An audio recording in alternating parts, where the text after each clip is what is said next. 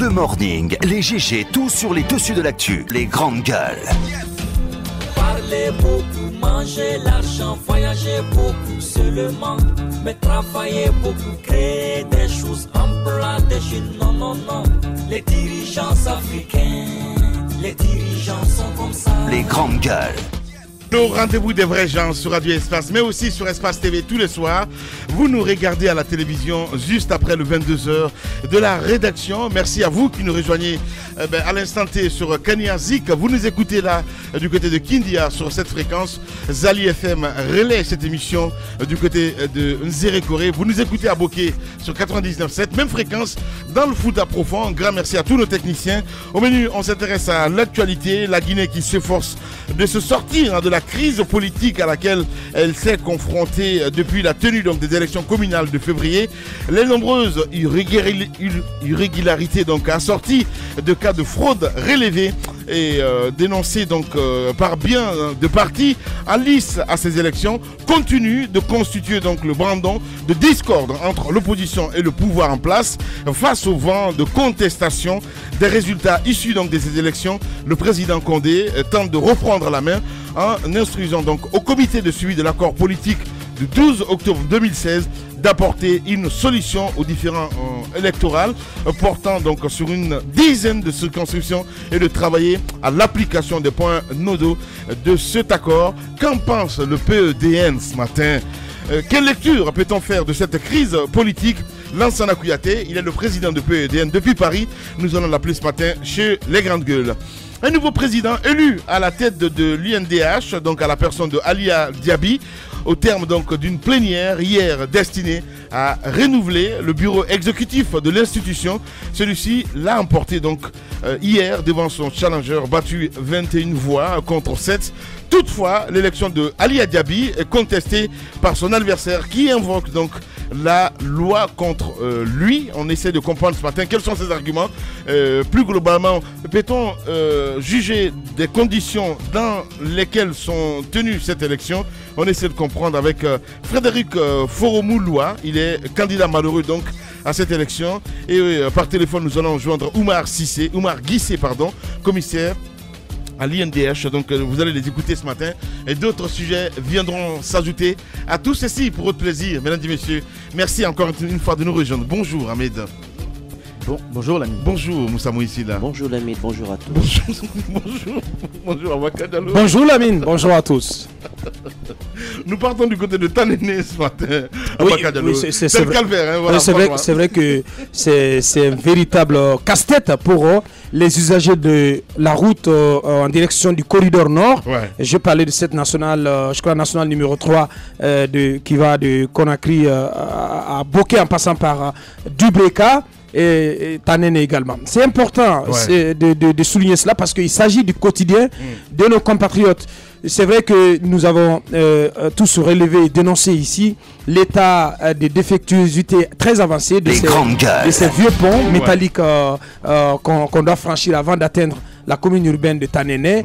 Et c'est ce qui a conduit d'ailleurs les autorités à se bouger et à engager des travaux d'urgence d'entretien. Mais moi je suis passé par là le week-end. C'est un calvaire énorme. C'est un calvaire, on peut dire insupportable. Parce que vous êtes obligé de passer parfois 2 heures, 3 heures, même 7 heures avant de pouvoir franchir ces ponts à cause des travaux qui se déroulent là. C'est assez compliqué. Moi je ne sais pas quel est le schéma que l'entreprise Métal Plus peut envisager pour en tout cas alléger les souffrances de ces populations. Qui sait, peut-être que c'est un business, Abakar. Parce qu'à chaque fois à dire, on va revenir là-dessus. Depuis combien de temps ils ont fait ce travail là, Abakar? Cela n'est pas fait depuis 2 ans.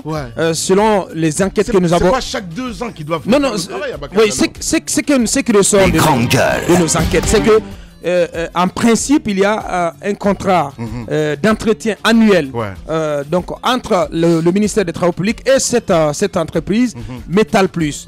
Et cela a été exécuté dans le passé, mais depuis 2015, donc entre 2016 et 2017, ce contrat n'a pas été exécuté. Ce qui a fait que les ponts ont connu un niveau de dégradation beaucoup plus avancé. Parce que si cette intervention qu'effectue l'entreprise Métal Plus d'année en année se faisait, c'était fait en 2016, en 2017, on n'aurait pas connu ce niveau de dégradation. Mais parce que cela ne s'est pas fait. Et c'est extrêmement important, Lamine, vous touchez à un point important, parce que on se pose la question, si ce contrat existe, si éventuellement il y a une ligne budgétaire, il y a un fonds qui est alloué à cet entretien annuel, où la question qu'on se pose aujourd'hui, où sont partis les fonds destinés à cet entretien qui ont été certainement inscrits dans le budget du ministère des Travaux publics au compte des années 2016 et 2017. Parce que si tout le monde sait qu'il y a un trafic assez intense sur cette route nationale, donc et par conséquent sur ces 4 ponts, donc il faut envisager un entretien annuel, un entretien d'année en année. Mais cela n'a pas été fait, ce qui a poussé à ce niveau de dégradation.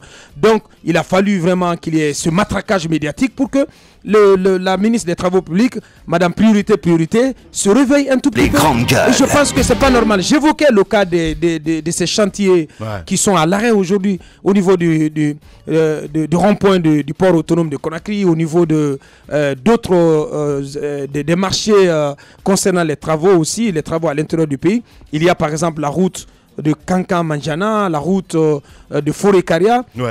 Dont les travaux sont en souffrance. Justement. Et une date qui avait été annoncée pour le démarrage de la route Koya Forêt-Caria, cette date, elle n'a pas été respectée. Mais on se demande, mais qu'est-ce qu'elle fait, cette dame?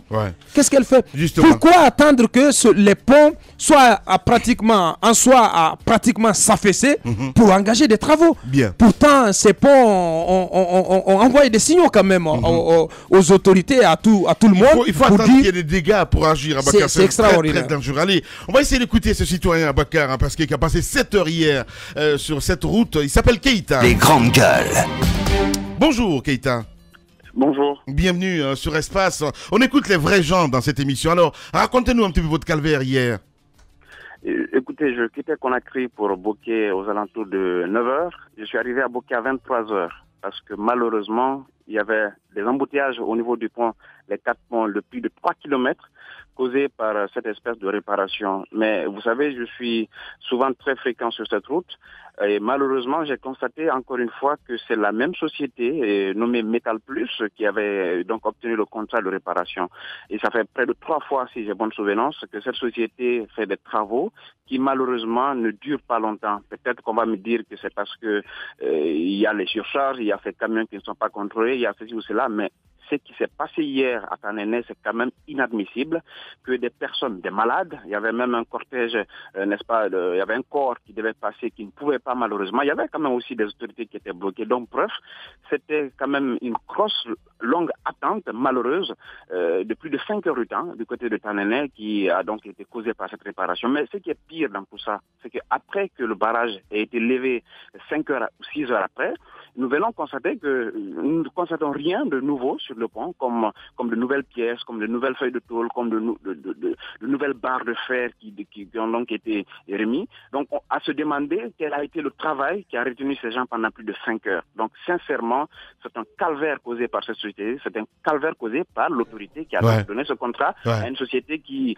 malheureusement, n'a pas voulu. Mais, encore une fois, nous avons voulu nous approcher des curieux comme nous. On a voulu prendre des images, n'est-ce pas, de la réparation. Mordicus, la société refuse carrément, intenté que ce soit les militaires qui étaient à côté refusaient qu'on prenne des photos, des images, comme pour dire que non, et surtout de prendre des images, mais il ne faudrait pas que le nom de la société apparaisse sur les images. C'était quand même très malheureux, très choquant.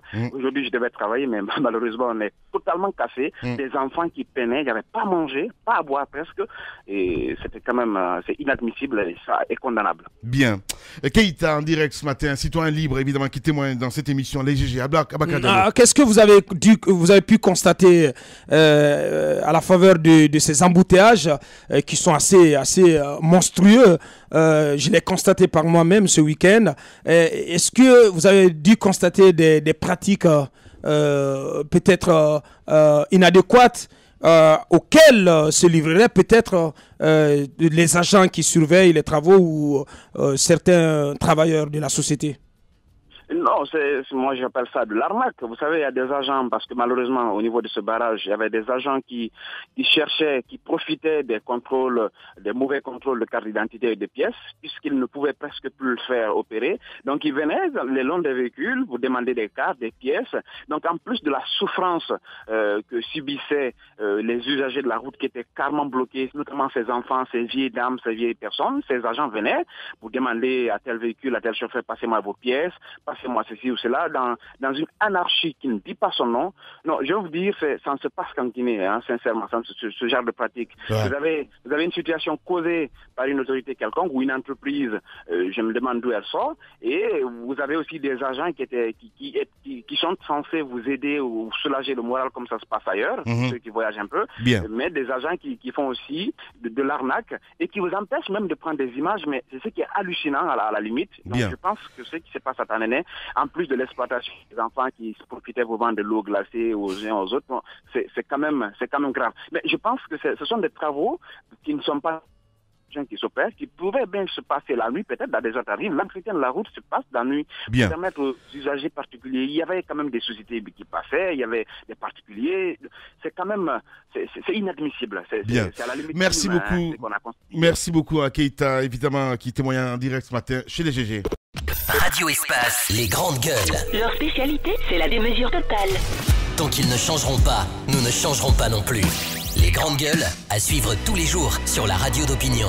Radio Espace. Retour dans ce Sud Ahmed, on a écouté ce citoyen qui était évidemment hier dans les bouchons. Ben écoutez, c'est dégoûtant, j'aimerais vraiment pas me retrouver à cet endroit et moi j'accuse pas l'entreprise parce que je pense que si l'entreprise avait les fonds, l'entreprise aurait travaillé les 2 années de flottement. Si l'entreprise n'a pas travaillé, sûrement l'entreprise n'a pas eu également les fonds. Mais je souhaite aussi que le département des TP s'explique autour de ce sujet parce que comme on l'a dit, c'est vrai que ça peut être inscrit au budget, mais comme on l'a dit, pour avoir même son budget, c'est comme si c'était de l'aumône que vous partez demander. Il faut faire les mains et les pieds pour pouvoir avoir le budget, comme si le budget n'était pas voté pour qu'on puisse travailler avec l'année. Donc je pense qu'il y a autant aussi de questions qu'on pourrait se poser. Est-ce que le département aussi est responsable? Est-ce que le département n'a pas couru derrière les fonds au niveau du ministère des Finances? Donc je pense qu'il y a assez de recoupements qu'il faut faire pour savoir exactement où se situe la responsabilité.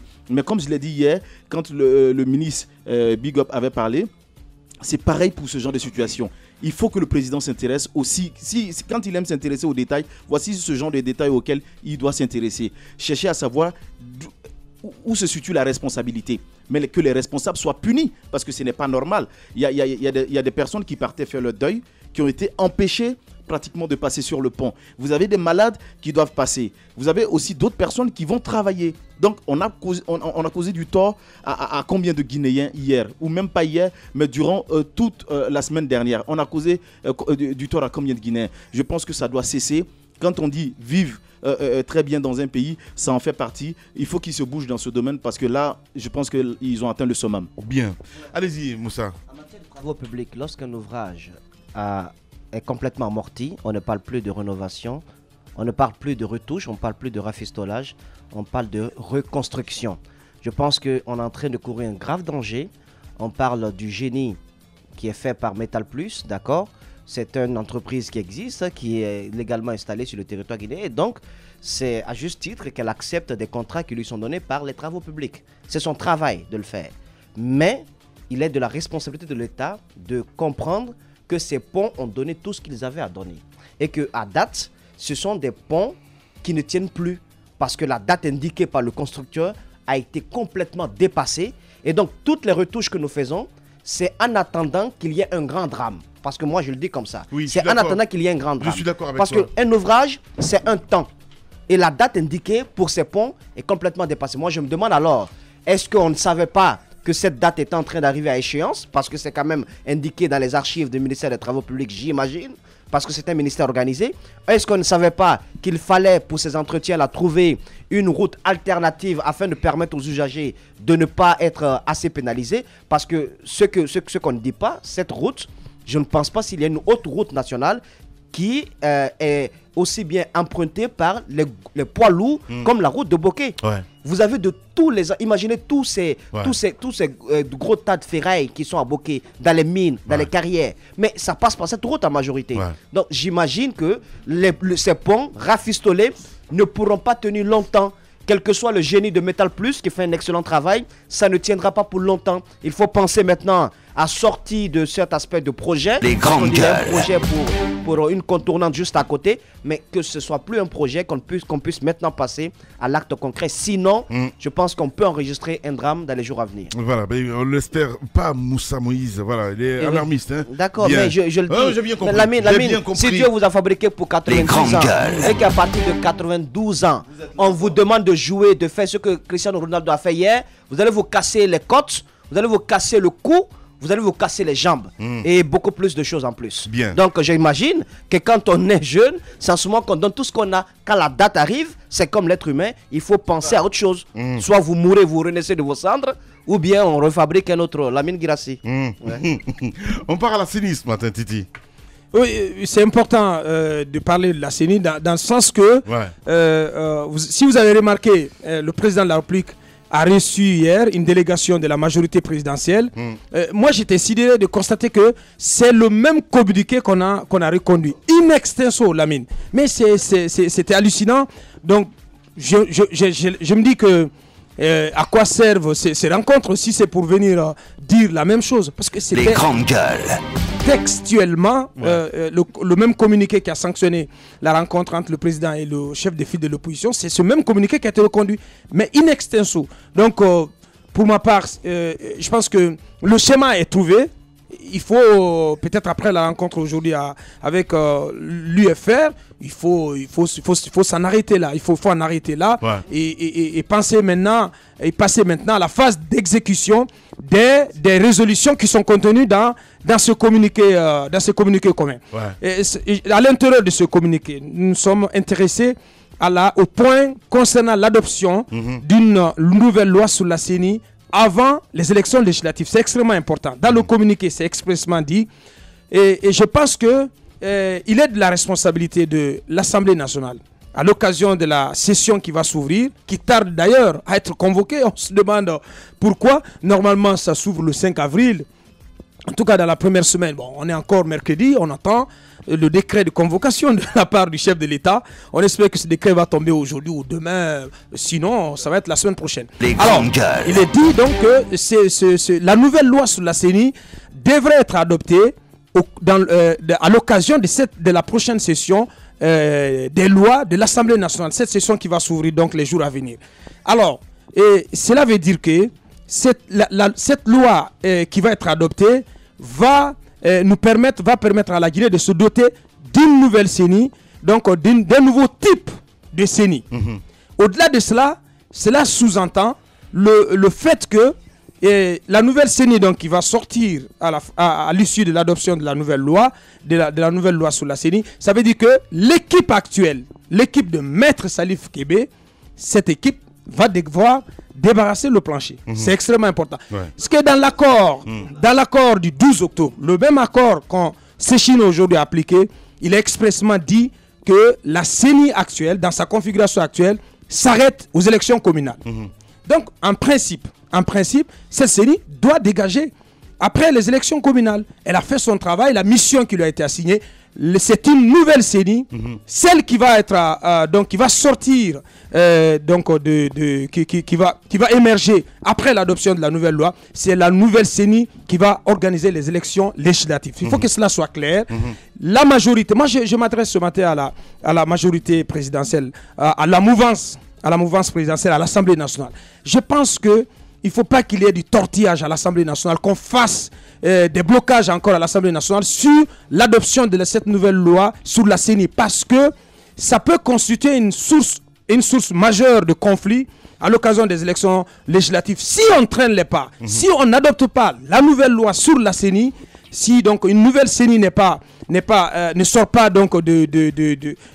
mise en place après cette session des lois, je vais vous dire que si c'est cette même CENI-là qui doit organiser les élections législatives, il faut s'attendre donc à une crise post-électorale assez grave, parce que vous avez vu les contestations qui sont nées après l'organisation des élections communales par cette CENI.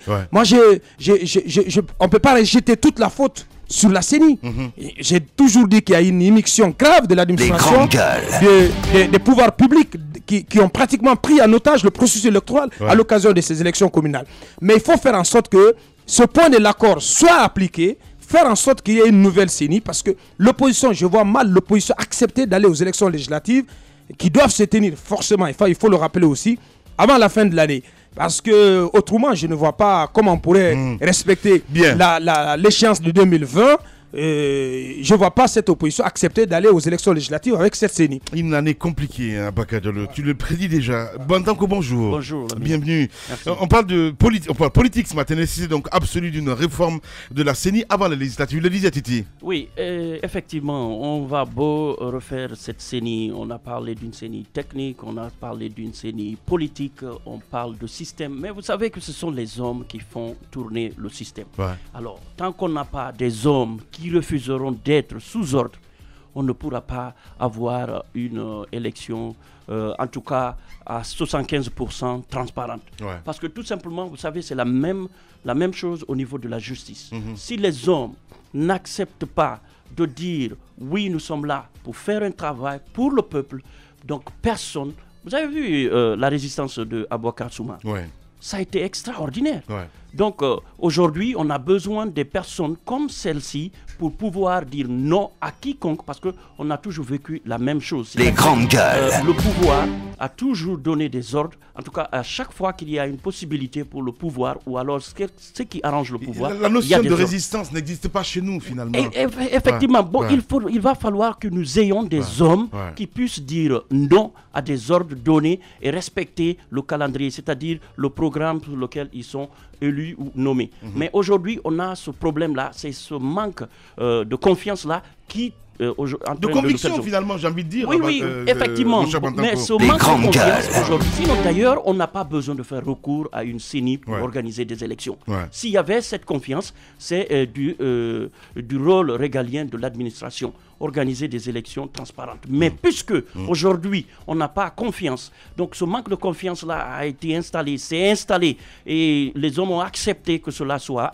Alors aujourd'hui, on va parler de reconstituer, changer la structure de la CENI, mais il va falloir chercher d'abord à avoir des hommes capables de résister aux ordres donnés pour se focaliser sur les lois, sur les principes et les règlements qui régissent donc les appareils. Voilà, allez, on va écouter l'autre son de cloche. Moussa, ton avis là-dessus, Moussa Moïsi là. Moi, je pense que pour une fois, je ne suis pas contre les accords dans le pays, parce que même si on parle de la primauté de la loi, elle concourt à créer une quiétude sociale, à maintenir la paix dans le pays.